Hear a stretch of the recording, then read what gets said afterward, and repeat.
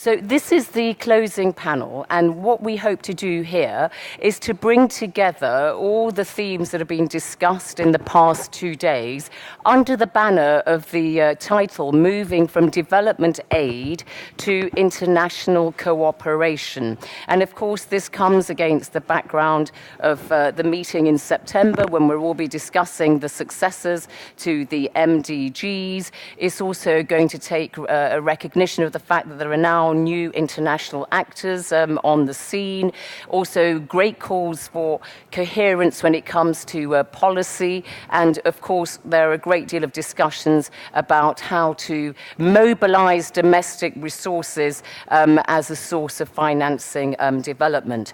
But what we're going to do at the beginning is to have each of our panel members just make some introductory comments for you, and then we'll have some discussion.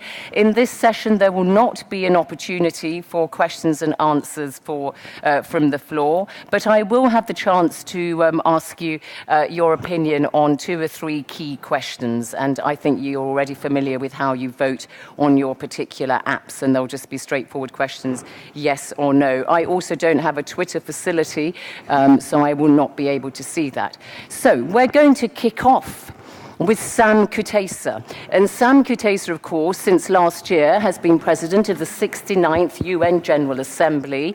He's a native of Uganda, where he was foreign minister since 2005. So a long time to get to know everybody on the international scene. And Sam is a parliamentarian, a businessman, but a lawyer by training. And he brings a great deal of experience to this discussion, not only in his experience in government in Uganda, but also participating in, for instance, talks to try to bring peace between Sudan and South Sudan, and also subsequently, of course, on South Sudan and the situation there. And also, you're a great feminist, aren't you? Yes, because you've done a great deal on trying to promote gender equality and also helping women and children and family issues, and in particular, something very close to my heart, women having access to land, property rights, and so on. So Sam, just kick off a few thoughts for us. How do you see, what do you think are the kind of key ideas that you think should shape international cooperation when it comes to policy development policy? And use your microphone. Thank you. Well, thank you, Zainab. First of all, I'd like to say that in this particular year and session of the 69th session of the United Nations, we have 3 major ongoing processes. One of them is formulating the development goals that will succeed the MDGs, Sustainable Development Goals. And we are on our way. So far, the proposals are that they are going to be 17, and with about 169 targets.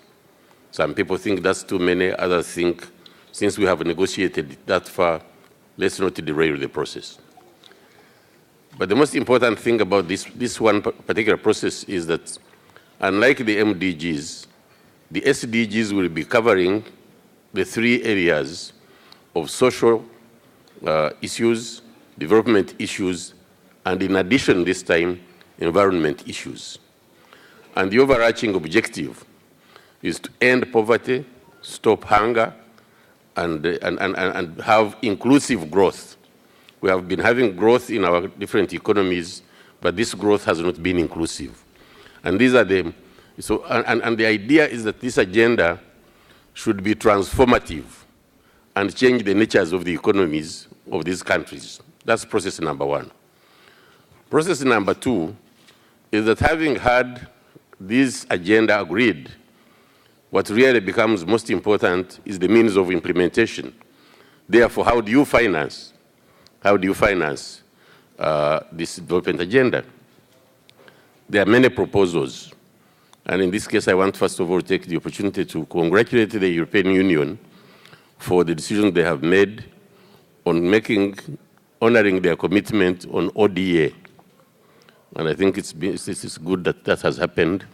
And also emphasizing that there will be a certain amount of the ODA that will be going directly to least developed countries and vulnerable countries.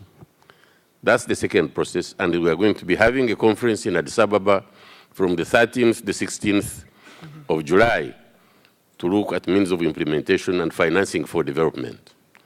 Key among those, as I said, will be ODA, but we are looking at different other sources of financing, expanding domestic revenue collection.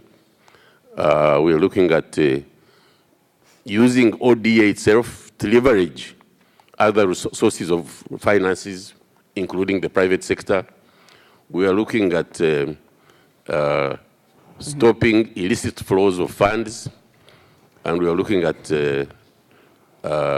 finding a way in which taxes which have been avoided, not evaded, avoided, become payable. And in line with that, I think we should be thinking about an international body that can help us track taxes. You're also going to do something about capital flight from Africa itself. Yes, that's what I call illicit financial flows, flows that are obtained by corrupt means, monies that are by corrupt means, and also tax avoidance. Okay, I'm sure we'll touch on some of those things, but thank you very much indeed for your introductory. But the third one is climate change. Oh yes, sorry, your third one. Climate change. That's a major process.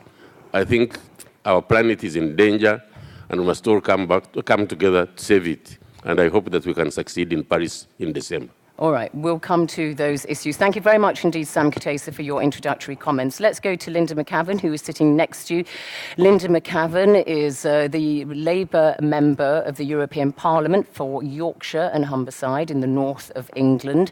And she's the new chair of the European Parliament's Committee on Development. And she's also part of the team at the EU's Parliament trying to work out what will be in the UN Sustainable Development Goals. She's also worked on fair trade and also on the help spearhead the EU's response to the recent Ebola crisis. So, Linda, you've heard what Sam has said. In particular, he stresses the fact that there is still a key role for ODA, but not in the old sense of just ODA for its own sake, but as a platform, as a means of leveraging other ways of financing development. So perhaps some key thoughts from you on this particular issue of development policy. Yeah, well, we just heard Denis Mukwege make a superb speech and remind us what development aid is about, which is about having a sense of responsibility. So I thought the first of my words, if we had to choose 3 words for the next 15 years, I think responsibility. And Sam has just said that. And it's responsibility, we are 2 politicians here, and we have the prime responsibility in the next 6 months. Because it's politicians who are going to sign up in Addis, in New York, and in Paris. We're going to have to sign on a dotted line, and we have to have a real sense of responsibility to do that, because nobody else is going to do it. And responsible politicians have to be serious. They have to make commitments and stick to them. The EU fell behind. We made a commitment in 2010 on aid, and we didn't deliver it. So now we've got to be serious about the future. Dr. Mukwege just mentioned conflict minerals. The Parliament voted 2 weeks ago for a binding law on conflict minerals. And if anybody's here from Member States and from the Commission, I ask you, if you have a sense of responsibility to conflict minerals, would you not agree that we need a law that does something and not a law that's a fig leaf and looks like it might do something? So I urge you to have a sense of responsibility on that. And a sense of responsibility, and again, Sam is right. Responsible politicians do not dodge their taxes, hide money offshore, allow illicit financial flows. And these things have to stop. We have to make sure companies pay their taxes, so that the citizens believe that those who are their leaders are also people who have a sense of responsibility for them. Second, gender equality. If we look at the world now, we see that women's lives are getting worse. This morning we had a special meeting about humanitarian aid for Iraq in the European Parliament. And we heard that women have been enslaved in Iraq. We have girls being kidnapped in Nigeria. We have women's rights being trampled on all over the world. Yesterday we had Millennium young people here. I don't know whether Noor is still here from Lebanon, but she's somewhere in the audience. But she asked us, she said, in my country, in Lebanon, there are rights that I don't have, and the other girls in my school don't have. Will that change in the next 15 years? And so that we have to address. No excuses, no hiding behind traditions, no hiding behind what we've always done. No, these things have to change. And finally, the other thought is that we have to keep on talking. You know, sometimes I get a bit depressed about 17 targets, 117 goals, 169 targets, lots of words, lots of long documents, and I think, will it ever produce anything? Will we ever get anywhere? I was in Copenhagen in the climate talks. What does this achieve? But we have to keep on talking, because the alternative to governments not talking, to nations not talking, is nations looking across the oceans at with suspicion at each other, looking over their borders, wondering what their neighbours are doing. And so we have to keep talking and pulling in the same direction, because at least then we're all on the same page and we have the common goals. So we have to make a success. But when you say that the EU is not pulling its weight, I mean, I think the figures are, what is it, a deficit of $38 billion from the EU? And when you look at the countries' commitments to 0.7% of GDP, only 4 countries have met that. Even the mighty Germany falls way, way, way below. So you say you are a politician, therefore you know you're talking both to your fellow politicians as well as public opinion in Europe. How do you involve them in this dialogue of international cooperation and, you know, more aid, still important in development? How do you do it? Well, we have a decision that we're going to meet our commitment. What I want now is a clear timetable from ministers. We have 5 weeks to Addis. So the urgency is there. We need to know that governments will be represented at a high level in Addis, so that decisions can be taken in Addis. There are people in this audience who are from NGOs and other organizations who know very well how to lobby governments and put pressure on them. We from the European Parliament, we're going to put pressure on in the next few weeks, because we think if we don't get it right in Addis, less chance of success in New York. And if we don't get it right in New York, not a good chance of success in Paris. I know you're Labour, but the Conservative Prime Minister, David Cameron, has ring-fenced, hasn't he, the 0.7% in the UK budget for development aid. Linda, thanks very much. We'll come back to you. Our next speaker is Mustafa Arya, who's Director of Aid Management at the Afghanistan Ministry of Finance, and he's a development professional, studied in the United States, and he takes the lead in the Ministry of Finance in Afghanistan for coordinating all the aid efforts that are coming into that country. And he's also had a stint working in international agencies like the UNDP and the International Maritime Organization. Mustafa, so you heard there what Linda had to say, but very quickly, from your perspective in Afghanistan, I mean, give us your kind of key thoughts, but also if you could address this issue of how you deal with donor nations. I mean, do they come to you as a bloc, or do you find that in practice you're dealing bilaterally with all the European partners, so it's the UK coming to you with their programme and the French coming with theirs and so on, which really makes it much harder for you to try to get the level of cooperation you want? Okay, yeah, it's working now. You're absolutely right. I think on my first point, and that is to the EU, what we have noticed, what we have seen, your approach is very fragmented, not as an institution, but as a union. You know, at the country level, we have to deal with different countries that make up the EU separately. They have different policy frameworks, different priorities. That makes aid very fragmented, difficult to coordinate. What will make EU's assistance effective is that if you engage us as one institution, speak with a single voice, that will make our life easier, and at the same time, it will make development cooperation more effective, because you're contributing basically more than half of the global ODA. Combined.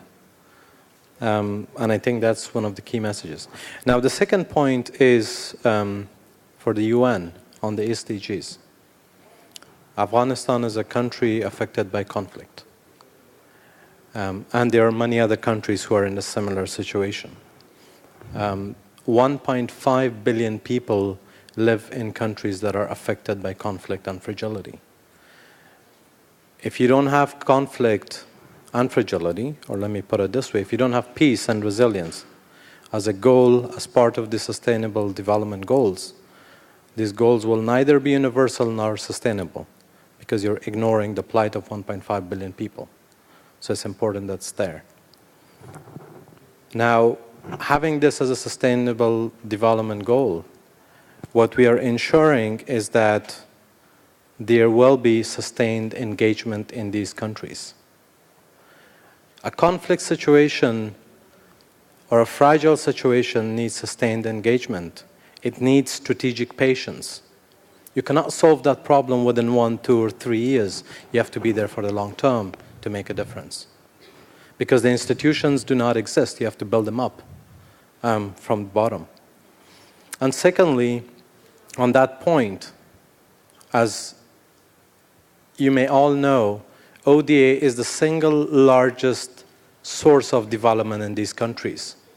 When you talk about domestic resources and other sources of financing, etc., these are very small. And it's unrealistic to imagine that these other sources of finance will take over ODA or that it will replace it.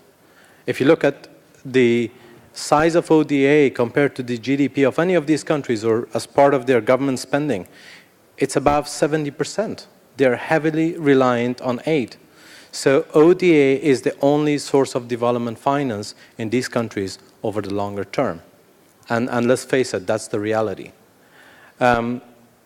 So my third point is that more money can also mean less in these contexts if it's not effective. Afghanistan received $45 billion in development assistance over the past 12 years. It's a huge amount of money.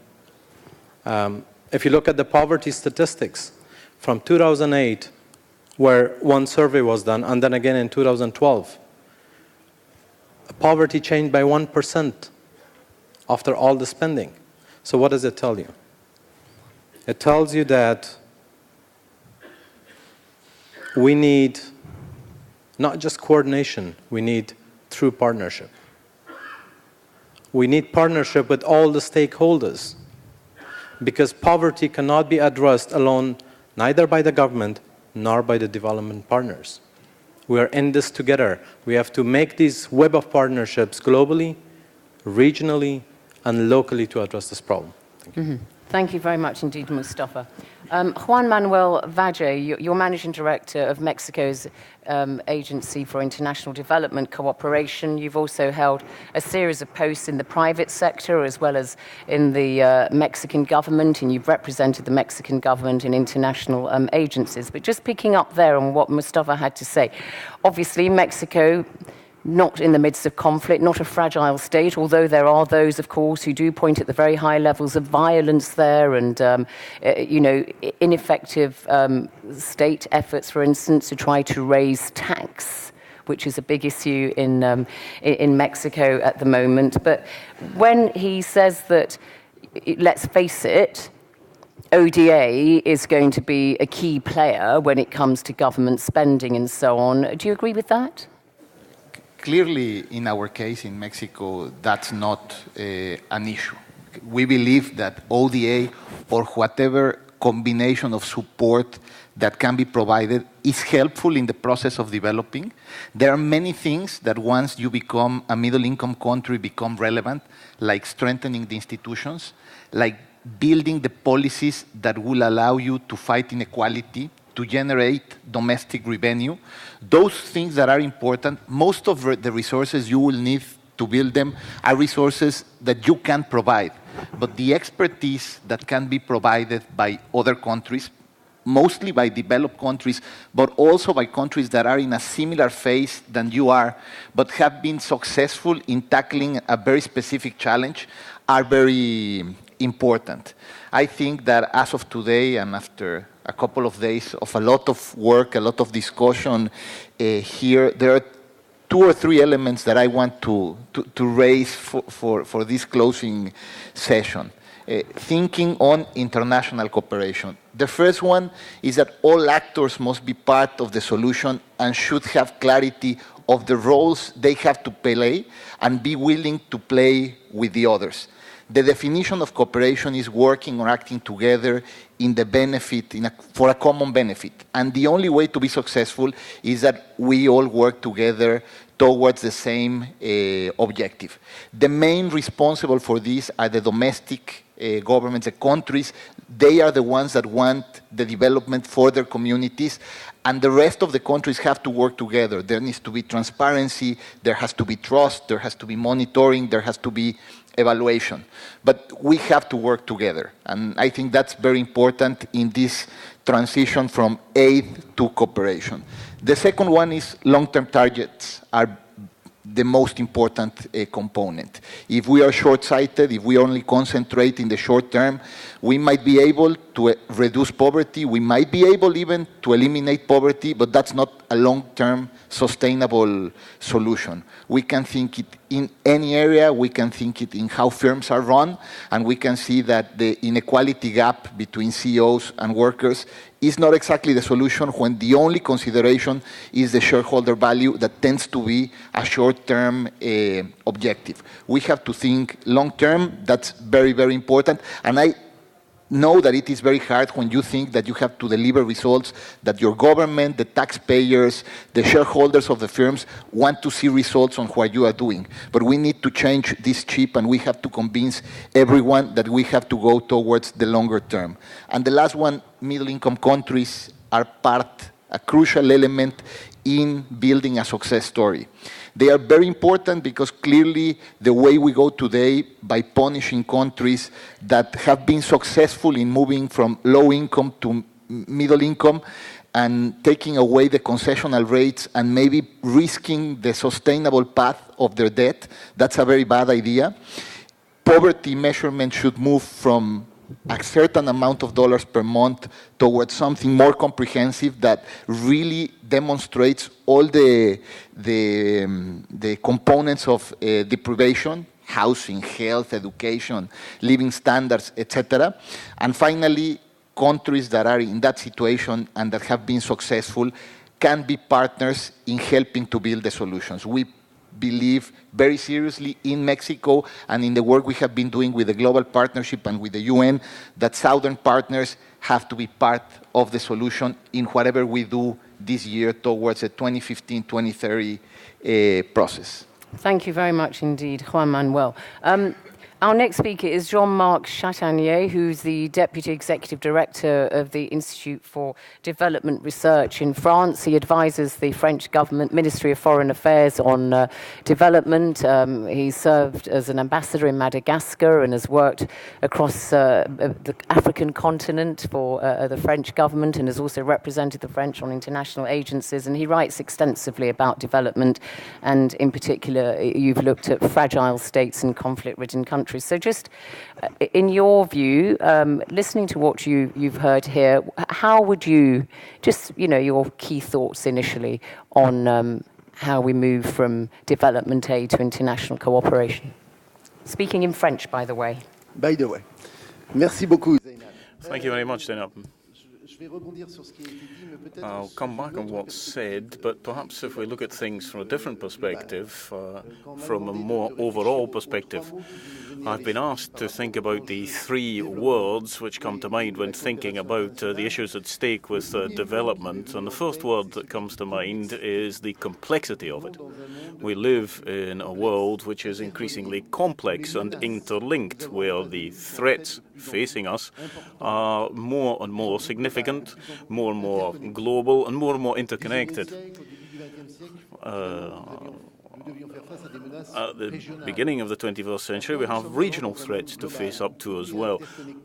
Now everything is interconnected. We've seen the threat posed by Ebola in West Africa, and the impacts and the effects have an effect on countries in the Northern Hemisphere as well.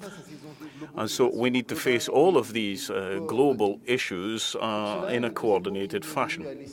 And that's why the second word which comes to mind and which emerges from what the President of the UN General Assembly has said is universality. We, at the moment, have a kind of localized north-south development. But we all have to face up to our responsibilities. And universality means that we're all concerned by development and by the issues facing the planet.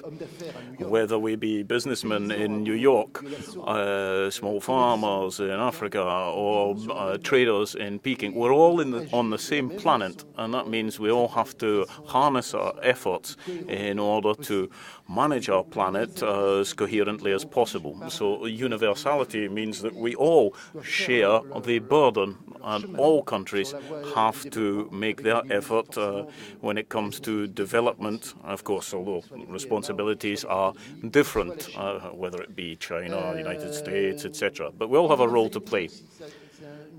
So universality is something which is essential for me. We're in a world in which 1 billion people are excluded. We've got the billion people at the bottom of the tree who don't live in decent conditions. The billion people who've been left behind, who don't have access to health, who don't have access to education, who are living on less than $1.25 a day. We see them dying on our doorstep as they try to travel to Europe, or dying in Asia as well. And we have responsibilities towards these people, and we have to take action. We can't leave them at the bottom of the tree. Otherwise, as our society on a planetary level will certainly not be sustainable. And the third word which comes to mind is knowledge. In order to deal with the complexity, the universality of the challenges facing us, we know that money is important. We've heard about that from Afghanistan. But money can't solve all our problems. Sometimes it makes our problems worse. It is important, of course, for the poorest countries. But what is also important is that we share our knowledge. The investment in scientific research, investment in research partnerships, are all essential. Of course, there are asymmetries when it comes to money between countries, but there are also asymmetries when it comes to research. If you look at patents and where they're produced the world over, they're produced in China, the United States, Europe, and in Brazil. More than 25,000 come from Brazil each year, but there are practically none from Africa, and we need to do more to share our knowledge.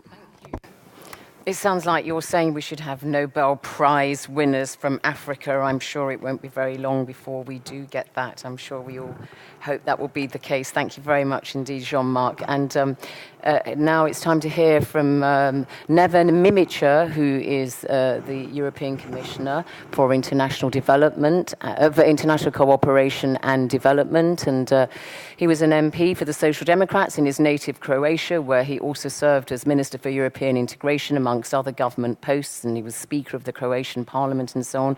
And very much like to hear what you have to say, in particular, perhaps addressing the point that Mustafa raised there about the need for coherence when we're discussing this, and what kind of role your department plays in trying to ensure that there is coherence across the board from various EU agencies. Thank you, Commissioner. Oh, thank you. We have heard a lot in the past 2 days about upcoming discussions, negotiations in Addis Ababa, in New York, in Paris. And these meetings are really important. They are even crucial for shaping post-2015 new development agenda, or as I heard the other day, for shaping the new development universe. But in order to be able really to meet the goals, to implement the goals, we really have to address the most pressing needs of the world in a way that is really far-reaching and that is lasting, that has a lasting impact. So therefore, the universality concept of the post-2015 agenda and the Sustainable Development Goals, and the transformative power of these goals is really for us in the European Union is also at the top of our agenda, of our priority agenda. But in order to be able to live up to such a far-reaching and lasting impact of the new agenda, we really have to develop the global partnership for development. We have to develop partnership at home in each and every individual EU member states, at the European Union level as well, but globally it is equally important. So the European Union development branch or development services, we are very much engaged now on these processes. I would say that the in-house preparations for the Addis Ababa and the New York conference and Paris are now accomplished. We wrapped up the member states' agreement on the major positions that and the role that the European negotiators will play in Addis and New York. We managed to forge one strong European language for these negotiations in order to be a constructive contributor to the final success and to the final outcome of the negotiations. But now, from this moment on, we also work and think beyond New York in a way that the implementing of the new agenda is our major projection for the future. Therefore, the European Commission's work is very much channeled towards revisiting our major development strategic approaches within this development consensus that we have, or the agenda for change as a guiding principles and document that we apply in our development cooperation. So, in that context, I fully agree that it is about policy coherence. It is about better coordinating various European inputs into the development partnership. And European Union is all about coordination. It's all about a better coherence and a better integrated policies and actions. Therefore, in development policy, it's almost normal that we have to improve, to strengthen the coordination, which we are doing, and we shall be doing it in a much more prominent and visible manner. Can I ask you then, because under the Juncker Commission that came in, we seem to have seen a change with one of his vice presidents, Federica Mogherini, the EU foreign policy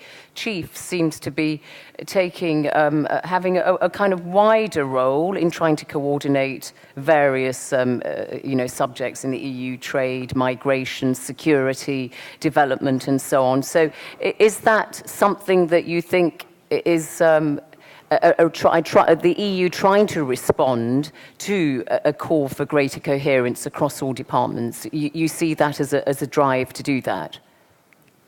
This approach is now getting more and more serious. It's not only trying to be more coherent in our strategic policy coherence approach. It's really about being coherent. We change the methods, the way we work, the family of commissioners or external action commissioners especially. We are very well coordinated now in order to enable policy coherence for development, but also to enable the better coordination of EU policies and of the member states' input into the development cooperation. So, therefore, I see that there is no longer this kind of a silo vertical approach for each and every single European policy. We really now forge a new coherent approach in the European external action responses from the peace and security, peace and stability aspect, following with the humanitarian relief responses, and then also the long-term development responses. So the answer to the long-standing question, what comes first, stability or development, the answer to this question, we are even not trying to find the answer to that question, what comes first, but we do it in parallel, we do it together, stability, humanitarian assistance, and the development partnership. Thank you, Commissioner. Sam Kutesa, just coming on to this issue of ODA and how to make it more relevant and effective in tackling poverty in low-income countries, particularly fragile states. We know that 15 of the 20 most fragile states in the world are, sadly, in your continent, my continent. I was born in the Sudan. And also, we know that Africans form a disproportionate number of the world's impoverished. And you saw the recent report that came from the United Nations FAO saying that it is Africans who are still starving disproportionately again, and the continent, although it could feed the entire universe, is importing $35 million worth of food every year. But the question is this, when we're talking about ODA, you know, I know when I talk to African leaders, I was in Addis a month or so ago, ODA barely registers now in debates. I was also in Ghana not that long ago discussing the Ebola crisis with Africans, including Ghanaians. And, you know, ODA and the emphasis on what the international community can do, be it the European Union, be it others, doesn't seem to really be under discussion anymore. Well, yes and no, but I think it is important to say that in fragile states, in countries that have been affected by conflict, in least developed countries, ODA is still key. So it is important, for example, like our colleague from Afghanistan was talking about, ODA remains important. Lots of money, but how you get it into the system and how you deal with it in the country is important. So but if it's that important, why do they not discuss it more? I give you another example. You know, Agenda 2063, yes. A blueprint for Africa's future, devised by the African Development Bank, the African Union, and the Economic Commission for Africa, says we intend to finance this purely through the mobilization of domestic resources.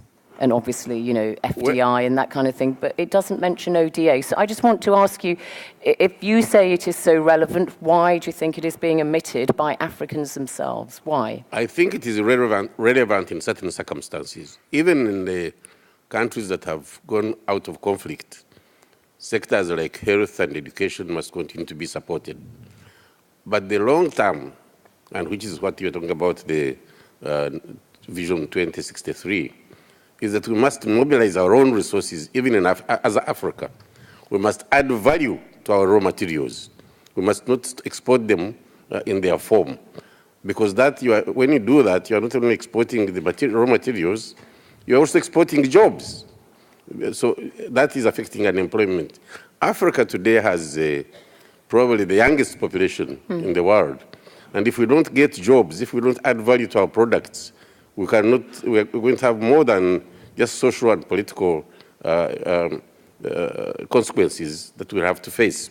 So it is important that whatever we do now, we should use our raw materials, we should use our domestic resources to leverage them on actually making our infrastructure work. ODA cannot help us build our infrastructure. We need the electricity. Sure. We need electricity. And it doesn't provide jobs either. I mean, yes. I love it. And so that's why the emphasis is shifting. And in fact, it is the idea is that aid should be for trade. Aid for trade, not aid for consumption. I think this is the new paradigm, the thinking among the Africans. Sure. That's why. Well, that's why I was asking you. I mean, so it is still important. ODA is important. But less so. But it's diminishing, is it, in its significance? It is less so and should be less so. It should be less so. We should be talking about investment. We should be talking about trading. And we should be talking about building our own infrastructure. Because that's the only sustainable way. the countries and to will provide emerge. jobs. Yes, Yeah, and you provide say jobs. Africa's got the youngest population. You're from Uganda. I love the statistic of the average age in the UK is 40. In Japan, it's 44. In Uganda, it's 15. Yeah, 15, Amazing. 25. 1-5, yes, yeah. yes. So Extraordinary. we have to look much more to the future. Yeah, I count myself with the young generation as well, Sam Kutesa, thank you. Mustafa, I want to ask you then, because then if you could elaborate on this, and then I would like to ask the audience to vote on this issue. You still emphasise the significance of ODA, but perhaps you could elaborate on this. Do you see it particularly for fragile states or countries emerging from, conflict as a kind of transition, that it's important as an enabler? Yeah, absolutely. I think the first question is that when you work in a conflict-affected country or a fragile country, you have to understand what are the drivers of conflict and poverty before being able to make ODA more relevant. And it's very context-specific. One size does not fit all. If you take each of these fragile conflict-affected countries, there are different causes, different drivers. So if you fail to align ODA to address these drivers and causes, you're not going to achieve the results that you need.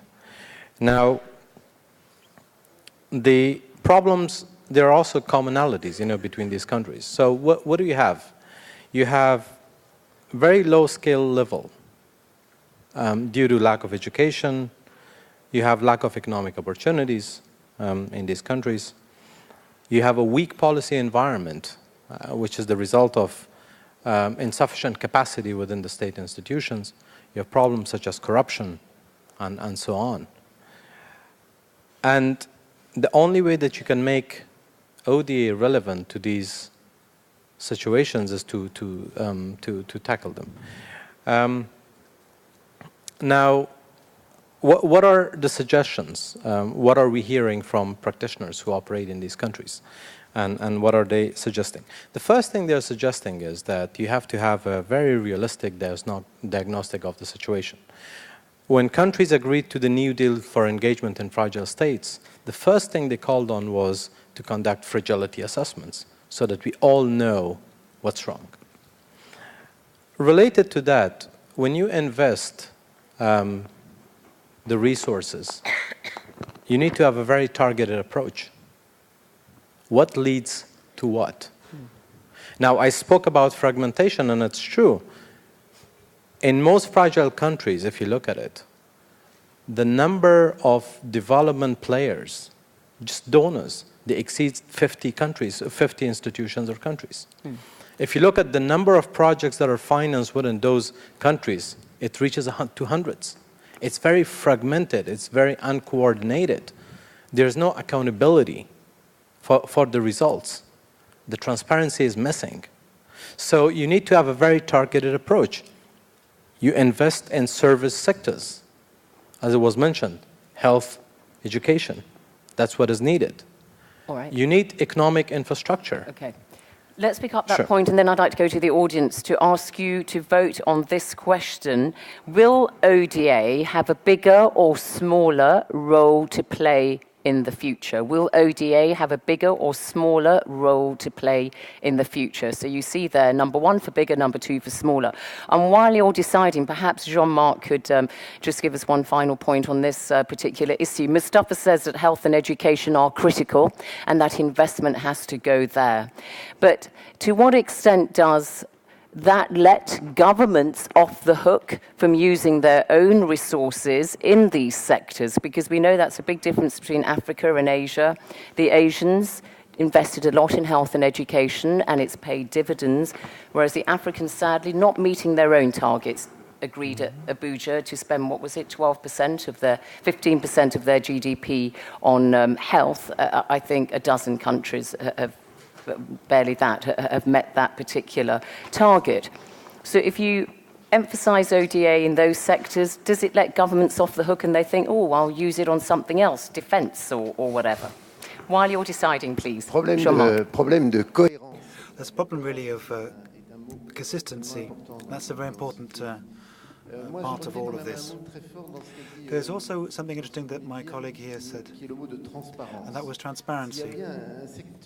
If there is a sector in the world where we lack transparency, then it really is ODA. That's because we don't have an institution or a monitoring body or accountability. So there's no shared accountability for ODA. OECD work with their committee, and there's the UN on the other side, and we have the donors and the recipients, but there's no independent mechanism for monitoring and assessment. When the transactions are made, there's no control, and there's not always penalties in place either. And some people are left out of the whole sector of ODA. Some countries aren't able to meet their social commitments. We know that for universal health care, to ensure access to care in Mali, for example, there needs to be resources needed around 50 million euros per year. And so what we need is external aid to make up the difference. Have you voted, audience? Bigger, smaller? Have you voted? Do you have the apps to vote? No? Huh? Oh, it's not. Oh, there we go.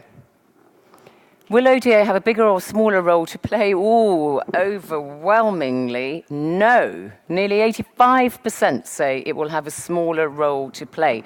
And just very quickly before we wrap up on this, Linda, you heard Jean-Marc there, still using that language, donor, recipient, and we're now talking about international cooperation. It's important to get the language right, isn't it? Because, you know, we now like to think of people as being partners, not recipients.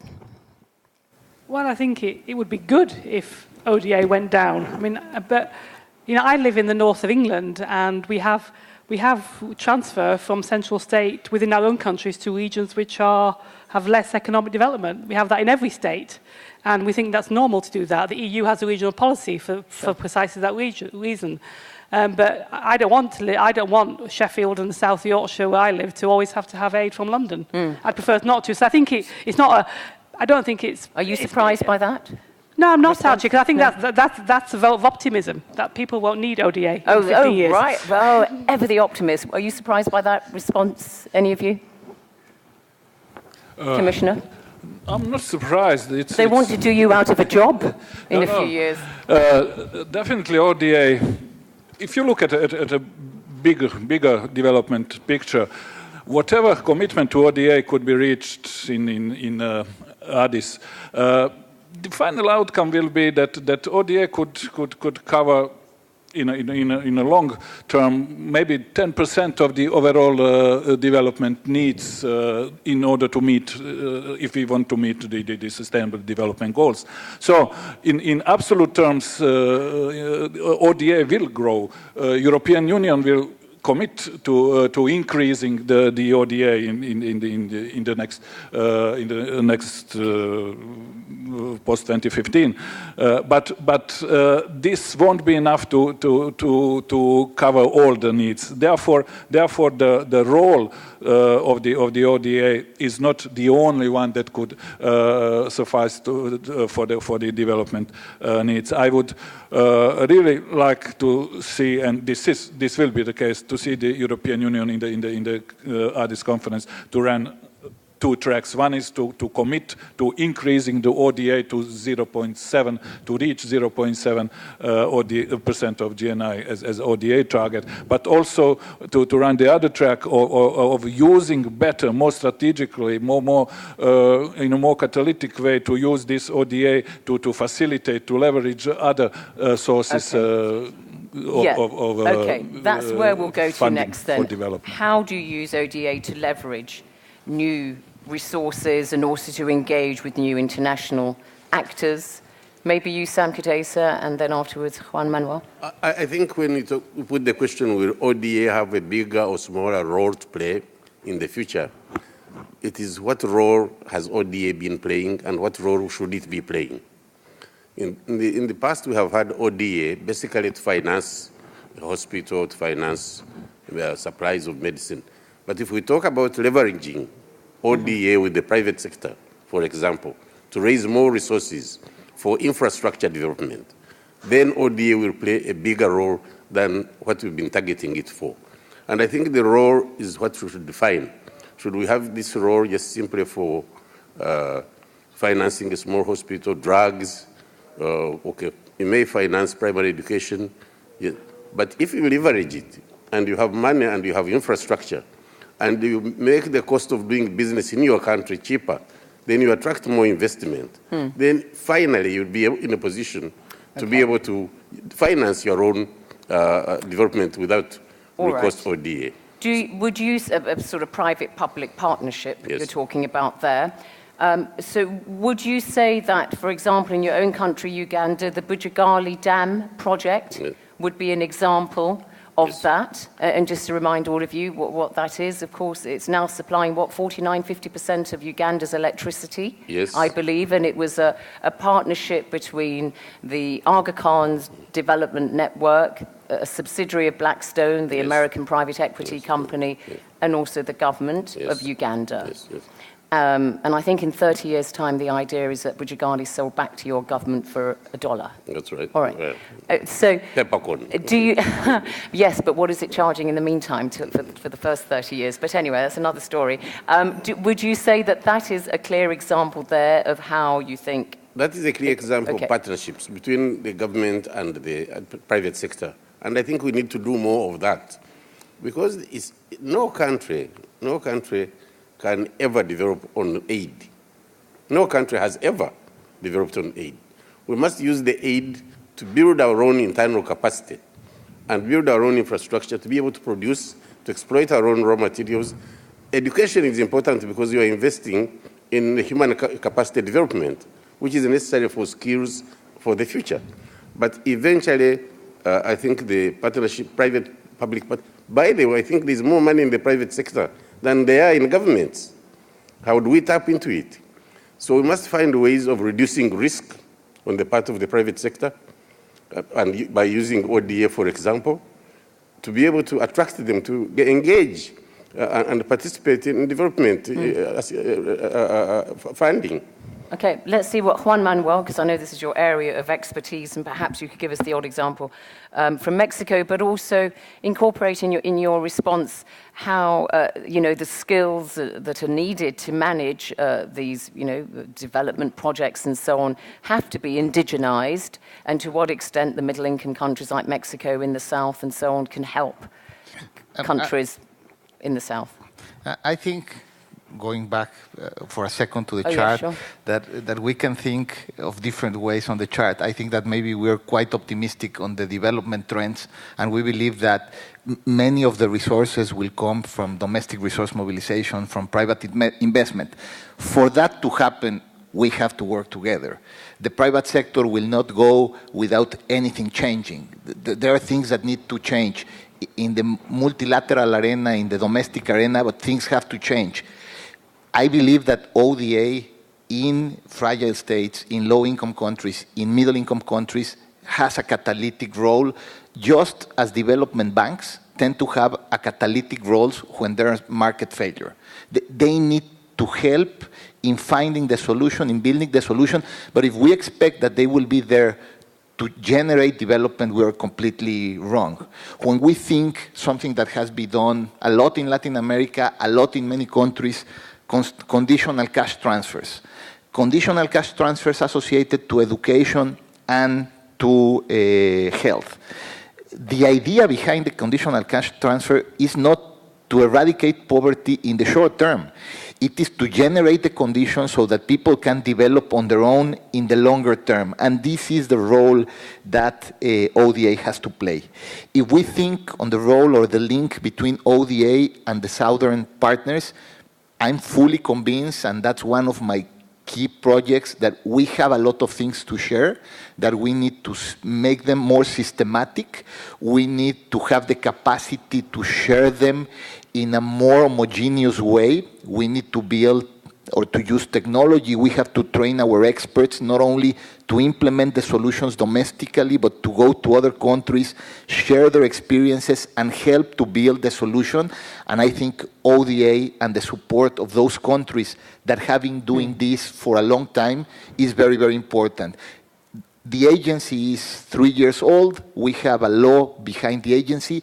But from the first moment, we have been working with some of the largest donors in the way we implement our projects. We work with Germany, we work with the UK, we work with the US, we work with Japan, we work with the UNDP, with Korea. And the reason is that we want to extract the best of what they do and make that available under our own circumstances. And we believe that if we bring that to our own circumstances, we can be part of the solution and be very helpful to many other countries. So now, besides going to Central America and South America, which is our natural region, we are trying harder to find projects and go to Africa and go to Asia and go to the Middle East, because we believe we have some solutions that are helpful in very different conditions, and we need to go with partners and work together and be helpful. When Jim O'Neill, the former chief economist at Goldman Sachs, who brought us the BRICS nations, also brought us recently the MINT nations, Mexico, Indonesia, Nigeria, and Turkey, did that resonate, putting you with that group of countries? Well, we have a different approach. We have been working closely together with Indonesia, Korea, Turkey, and Australia, the MICTA concept. Part of the explanation is that we are all G20 countries, and we meet several times during the year. We tend to have many things in common, mostly Mexico, Korea, and Indonesia and Turkey. Korea, obviously, is something many countries want to follow that path, and Australia is obviously a developed economy. And we have been trying to identify those things where we can go together, both within the group and outside the group. What kind of things we could be doing for other countries or other regions. All right. So, Juan Manuel, stay with the microphone. So you've said you endorse, and I assume you all do, that the role of the private sector as a partner with ODA and governments is one way of engaging international partners. But on this issue of domestic resource mobilization, you know your fellow Mexican, former finance minister in Mexico, Angel Gurria, who's the head of the OECD, is doing a great deal on trying to curb illicit financial flows. And one of his things that he's trying to do very much is to get this idea of tax inspectors without borders. It's not quite Médecins Sans Frontières, perhaps, but the idea is that you will try to use tax as an important source of revenue for governments. And I think it was the former South African finance minister, Trevor Manuel, who said aid is spelt TAX, is what he said a few years ago memorably. So just give us an idea, because as I said at the outset, Mexico is trying to increase its revenue from taxation. What is it currently in terms of government budget? Do you know? And just 2/3 is taxes, 1/3 is oil. Clearly, if we think of the Mexican economy and the oil prices, we were more hit in the budget than in the economy. The economy is doing good because the US, which is the main destination of our exports, is doing better with low oil prices. But the public finance is being hurt. And if we think that, and if we know that we have to invest in infrastructure, if we have to invest in education, in health, in social programs in general, we need more revenues. And that was the explanation of the fiscal reform. We do need public money to move forward. You're discussing whether you increase tax or not. But the thing is, if you look at other developing countries, in particular Africa, we know, for instance, I know the figure in Nigeria, that they get 11% of government revenue comes from taxation of all sorts, on corporations, personal income tax and so on. It's pitifully low, and it's pretty much the same figure in most African countries. So from your experience in Mexico as a middle-income country, what would you say to countries in Africa in terms of getting their tax base up? There are many elements. If we think of things that are taken away from the country, illicit trade, that's something that maybe we didn't face in the same level, but we have seen similar cases with transfer pricing of gold or of silver in the last 3 or 4 years. We understand how important it is. We understand that you need to invest in people, in the tax authority, in the law. Politically, it's challenging when we discuss on middle-income countries and we say that inequality might be even harder than only poverty. It's because when you have inequality, you have to take away from some to help bring the others to a more level playing field. And that's even harder than only working together, trying to solve the common problem that all of us have. We believe that this solution, that it's international, has a very important element. Most of the money that is taken away, it's not exactly kept in our own countries. It goes to other countries. And if we don't have these largest economies, the more stable democracies that usually are the places where the crooks put their money, it will be a lot harder to get it. So I think that that's the way to go. I believe that the money that is spent or invested from ODA in helping with domestic resource mobilization is small. I think that's one of the key items.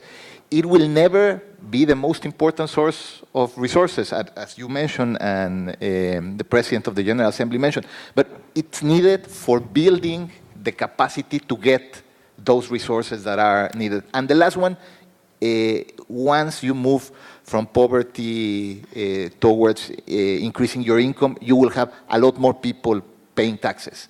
It's also a problem with inequality. You have a very small number of people that tend to be more powerful, paying little taxes. Once you move forward, you will have a lot more people paying taxes. That leads us to another question which I think we would like to ask our audience, which is, will middle-income countries live up to their responsibilities, both vis-à-vis their own populations and also global, particularly global challenges? So you see the question there, will middle-income countries live up to their responsibilities vis-à-vis global challenges? 1 for yes, 2 for no. Let's see where you get. Would any of the panel like to address something? Yeah, please do while the audience are making up their minds. We'll see where we are. Go on, Mustafa. Well, thank you. On domestic resource mobilization, one thing that I have to point out is that when you look at these 3 categories of countries, developed, middle income, low income, fragile countries. In most low income, fragile countries, the revenue to GDP ratio is between 12 to 13%. It's much lower than the middle income countries, considerably lower than compared to developed countries. So you said that, how do you increase it? Do you expand your tax base? In theory, good idea. But what is the reality? The reality is that in most countries, the size of the economic pie is not that big that you will be able to collect more domestic revenue. It's simply not possible, no matter what kind of structural reforms you introduce, what kind of reforms you bring in, and so on. A big part of the economy is in the informal sector, which is not taxed. Many countries rely on, or let me put it this way, that agriculture is the biggest contributor of GDP in many countries. Extremely vulnerable to climate shocks, to weather shocks. There's volatility in the growth that these countries experience. And finally, there's the issue of capital flight that you pointed out. Because of political instability, because of conflict, there's always capital flight.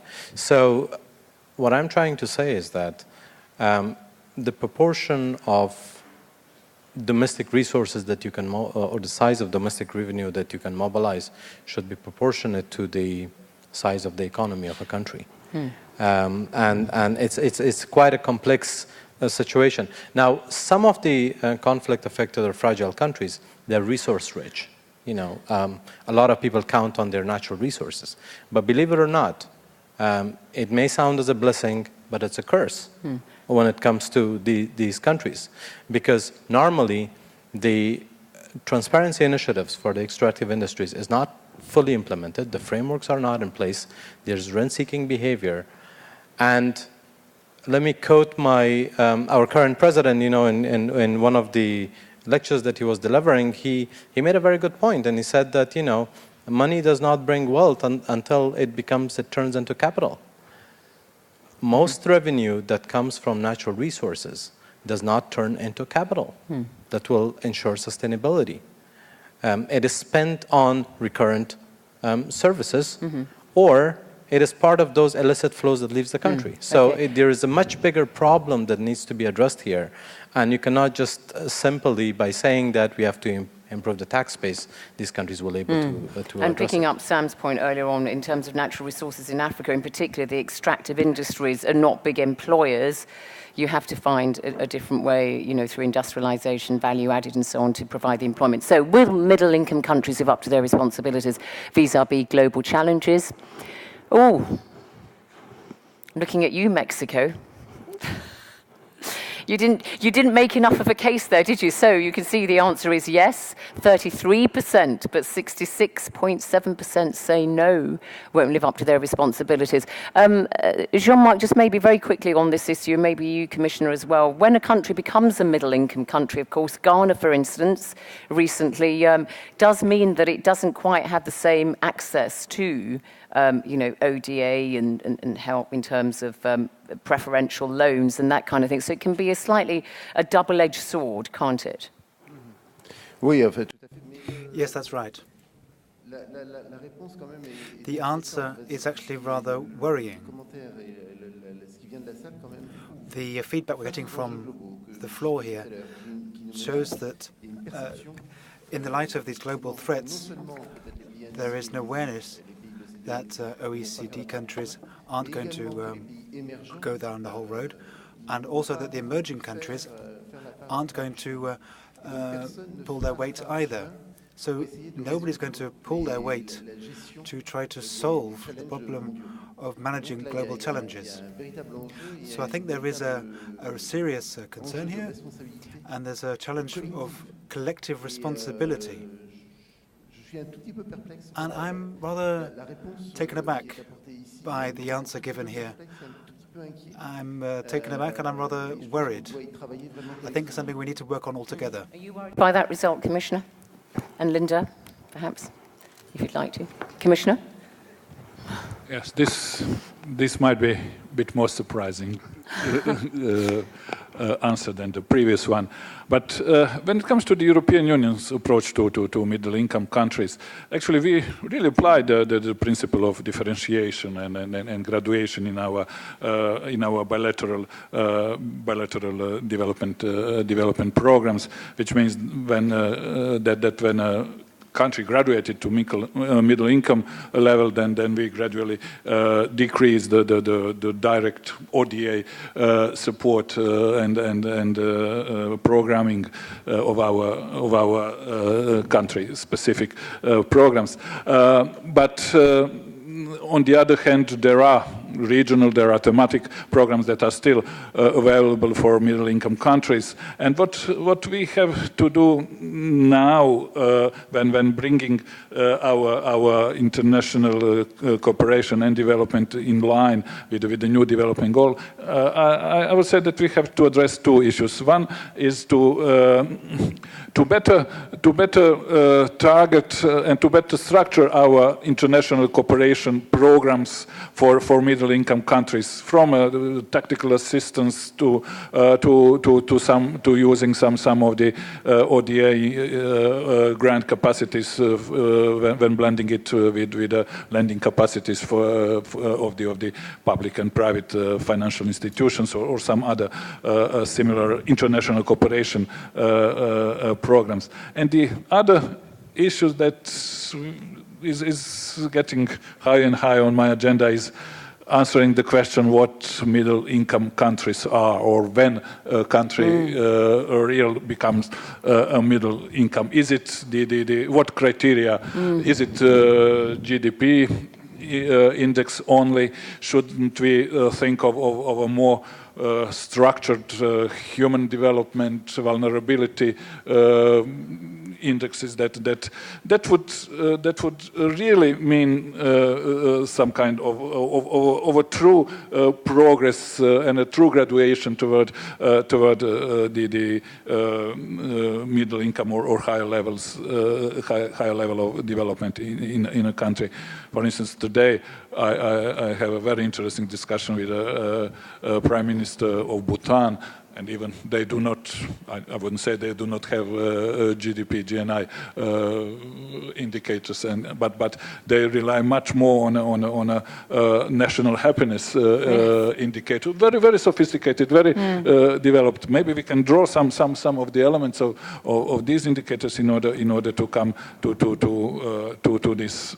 I wouldn't say dividing line, but a line that brings together low, middle income and higher income countries. Linda, maybe in full sense of the meaning. Sorry, Commissioner. Yes, thank you, Commissioner. Linda, I mean, you know how you do deal at the EU with the transition of graduating countries. We talked about the low-income countries and those fragile states in conflict, but it is very important, isn't it? It's a very important aspect of what you do in the European Parliament, in the European Union.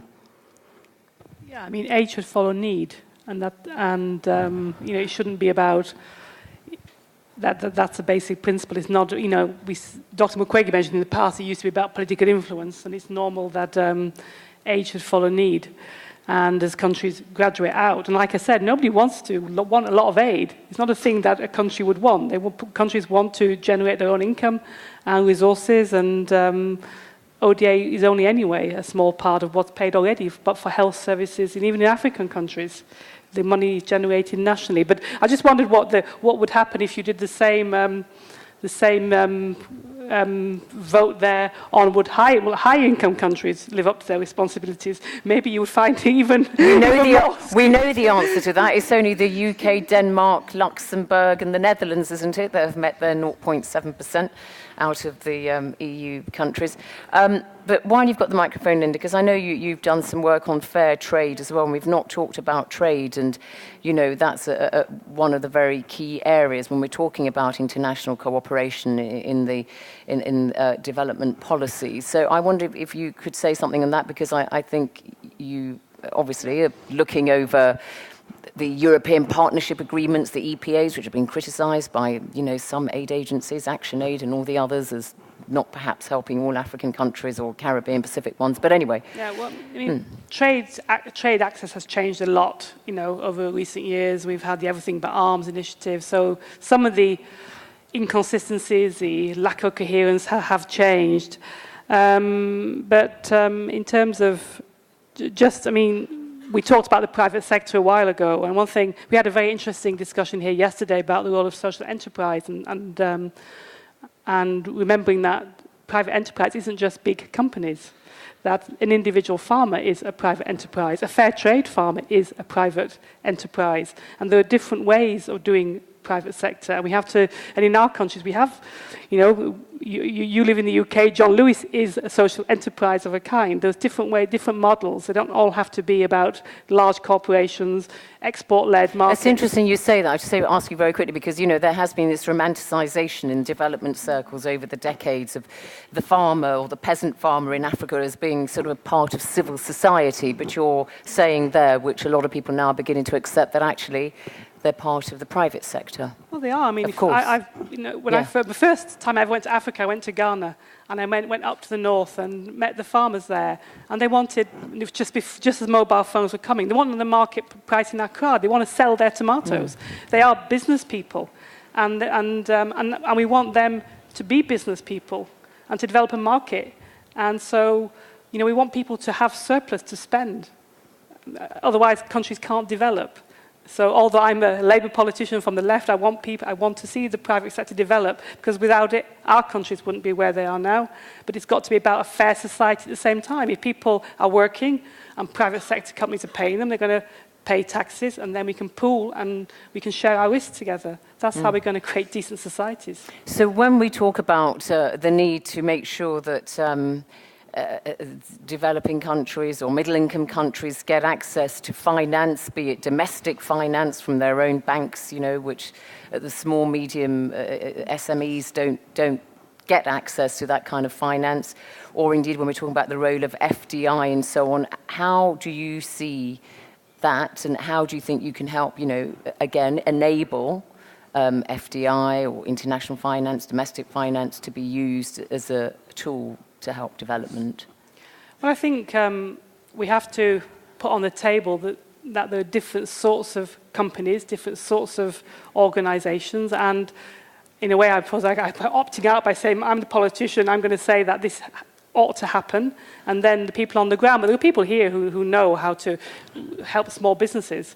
We've been doing it for generations through European programs, and we have to learn, actually. One thing I was talking yesterday, in other parts of the European Commission, for example, in regional policy, they've been doing social enterprise support for donkey's years.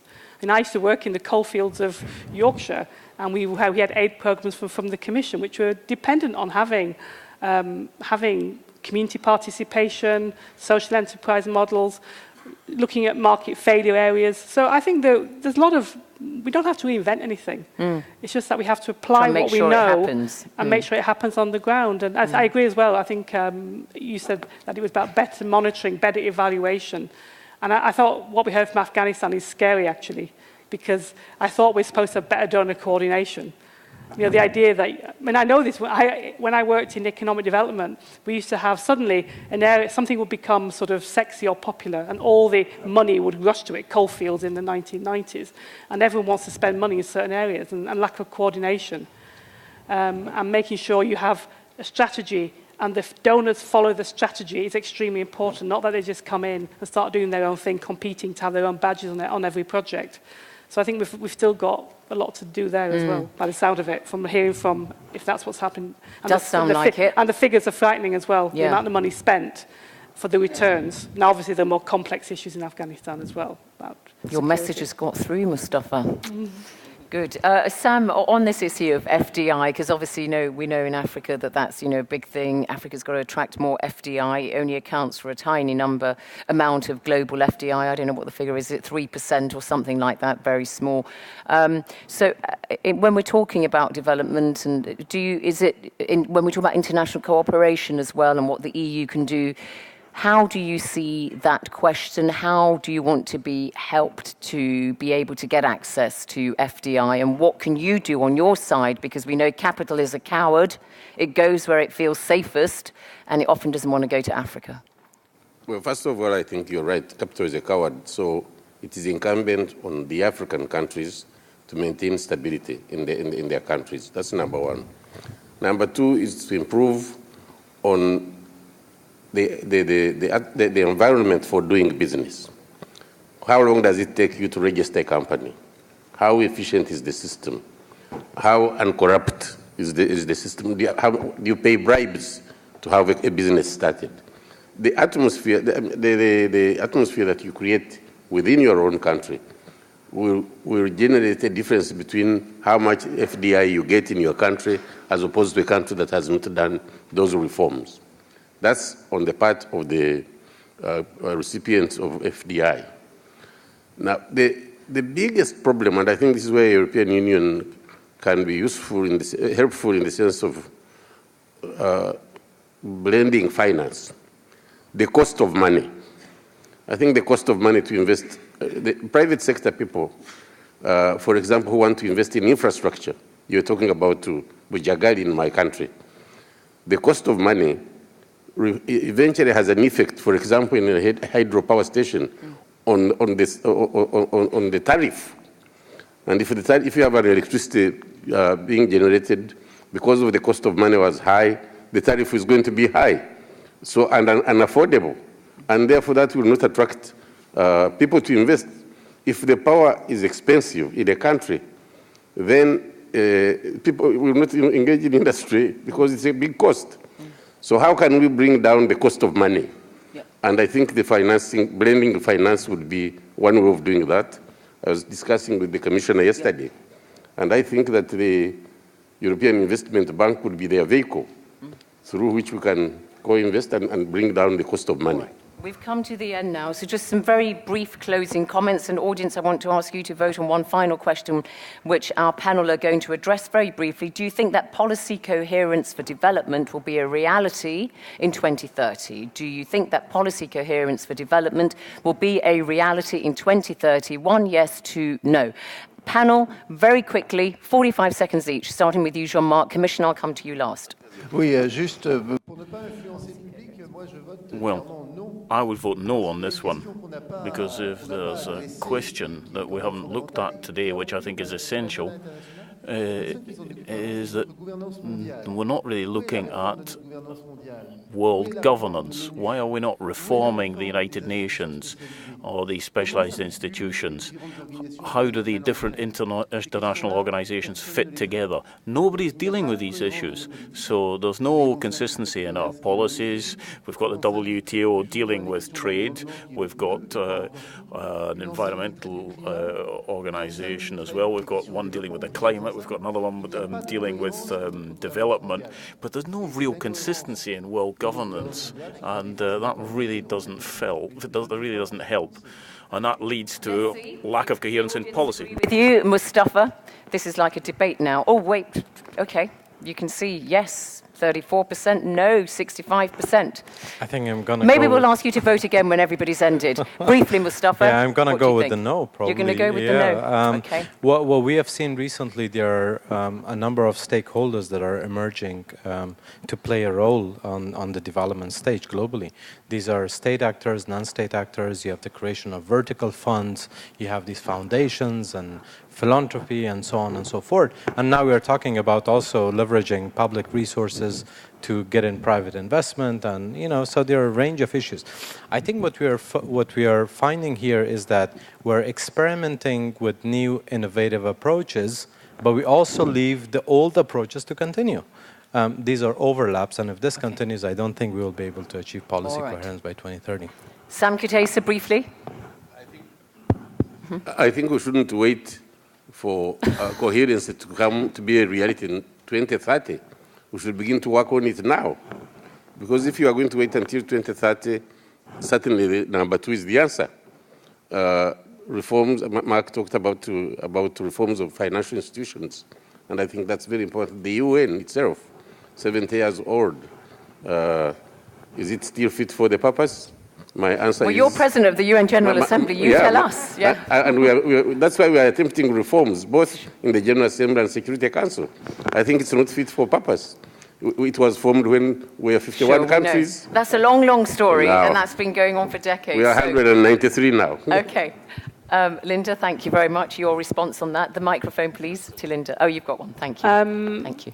Well, I'm going to be optimistic and say that we have made progress. If I think about, 20 years ago, people talked about development policy, things have got better. So in another 15 years, things should get better again. So I think the audience is a bit too pessimistic. And I think if we get a deal in New York and we try and maintain peace and good governance. Good governance isn't just a slogan. Without good governance, you don't achieve very much in life, and that's in many countries. But I think let's be optimistic. Let's say, I think we could do a lot more. Juan Manuel. I'm also going to be more optimist. I do believe that there are very, very good opportunities. I do believe that part of the work is in the correct track. I believe that what has been done through the global partnership is heading in the right direction, putting transparency as a very important component. And with transparency, many other things would fit. And I think that transparency will help in building the trust that is required, and transparency will also help all the actors to minimize the overlap. We believe that. That's why we have been working closely with many countries in the global partnership. And that's the main reason I'm here. If I don't believe that we can really make a change, I would probably move back to finance. Oh, right. Okay. Final word briefly to you, Commissioner. Well, in spite of prevailing public opinion, my shortest answer to this question would be yes. And even in a shorter period of time. In your 5 years as Commissioner, maybe? Until 2019, the policy coherence for development will be reality in European right. policy framework. This is the time frame of my mandate, of this Commission's mandate. So this, after all, policy coherence will remain beyond post-2015 summit in New York. Policy coherence will be very, very high on agenda. Actually, besides ODA, we in the European Commission shall deal with the policy coherence the most. Thank you, Commissioner. So from development aid to international cooperation, audience, lighten up is the message from the panel here. Thank you very much indeed to my panel. Thank you very much indeed to you for your attention. This is the closing panel of your 2 days. I wish you a happy and successful coming few days and evening. Thank you.